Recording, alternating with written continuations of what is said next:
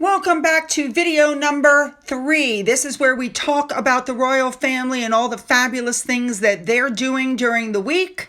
And let's just jump in and cover what we have. There's actually a decent amount. Let's go. We're going to start off with King Charles. He attended the May Highland Games, which are held in the village of John O'Groats. Now that takes place in Scotland. He was there Saturday, August 3rd. Apparently it was a rainy, nasty day, but he went anyway. He is considered the chieftain of the games. He wore the traditional kilt with a jacket. Interesting, I see the knife tucked into his sock. I think that's part of the getup, I think. He looked very happy. He took time to wave and shake hands with all the members of the public.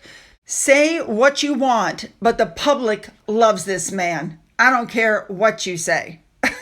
Look at them. Look at their faces. Look how happy they are to see him. Anyway, they got Charles in. He sat down in the front row, and he really seemed to enjoy all of the stuff. There was dancing. There was a tug of war. There was a traditional caber toss. He obviously was enjoying himself very much. Of course, when everything was over, Charles got up and he went out to hand out awards. Now, I have to point something out to you. This next article came out, and the person who wrote it said, "I'm not a monarchist. I struggle with the immense wealth and privilege they enjoy, but I, like most of the individual royals, not Harry and Meghan, it says, fully enjoy seeing Charles in a kilt. Clothes make the man," she said, and when he's in a kilt, it transformed him into something of a heartthrob. She says, I think like that, if he wasn't in, a crowd and surrounded by bodyguards, he could fade into the background. He'd just be another well-dressed man at the games. Wow, that's really saying something. And they said a man in a kilt is a man and a half. I think she has a little bit of a crush on the king. All right, let's move on. Next up, Prince William paid homage to World Ranger Day, pointing out that rangers risk their lives every single day, that they risk intimidation, violence, and death to protect some of the planet's most precious wildlife from being poached to extinction. He paid homage to Anton Mizba, I believe is how you say it, and the other rangers who have all sacrificed their lives on the front line. And he's pushing a movie called Rhino Man, which is a film that serves as a reminder of the daily sacrifices that the rangers make in this battle of wildlife crime. Apparently, over 140 rangers have tragically been killed doing this job. Anyway, it looks like it's an amazing movie, and I couldn't help but notice that somebody else didn't say anything about this very important day. You go on for you, William. All right, moving on. Let's move on now to Lady Louise. They're saying that she is able to study abroad for a semester as part of her degree, and that she's actually looking at Australia as top of the list. I don't see a problem with that. She's getting a 4-year English literature degree program, and I think it's called Macquarie University in Australia is apparently where they're saying she might go, as well as her friend Felix de la Silva Clamp, who we recently saw with her, is apparently also considering going there. Wouldn't that be interesting that they could go together? Let's move on to Beatrice and her husband, Edo. Apparently, he is a property developer, and he is CEO of Banda Property.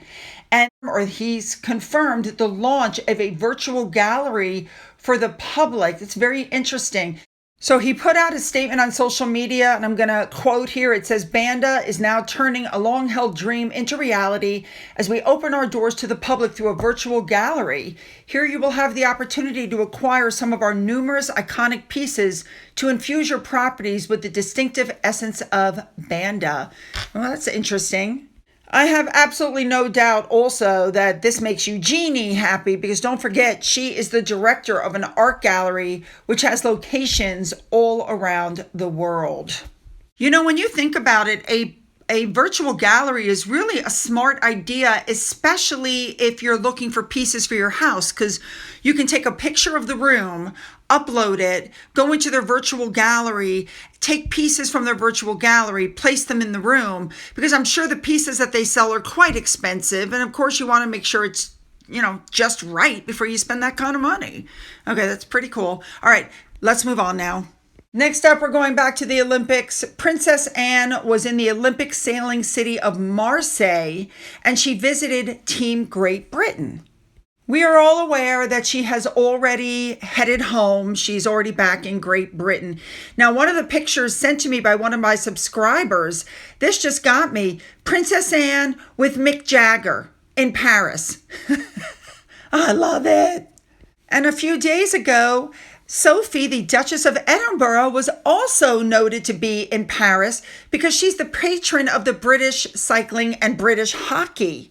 A big thank you to Remoulade Sauce for showing us all the beautiful outfits she was wearing. Let's move on. Next up, I just thought this was very important to touch on. Vanity Fair decided to do an article on Princess Catherine, essentially. But I love the cover. Gorgeous. Just gorgeous. A perfect princess. I just had to touch on this because I thought it was hilarious. Apparently, Snoop Dogg is also at the Paris Olympics.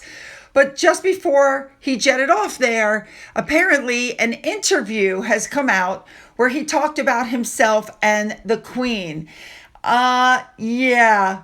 Well, he was talking during this interview on July 23rd. And he was in London about to jet off. He said, "I'll go by the palace and see if they let me in." Apparently, when they tried to kick him out of England back in 1994, the Queen made the comment that her grandbabies loved Snoop Doggy Dog, and he had done no wrong in the UK, so she gave me permission to stay. And she said those grandbabies grew up to be Prince William and Harry. He doesn't say Prince Harry. He says Prince William and Harry.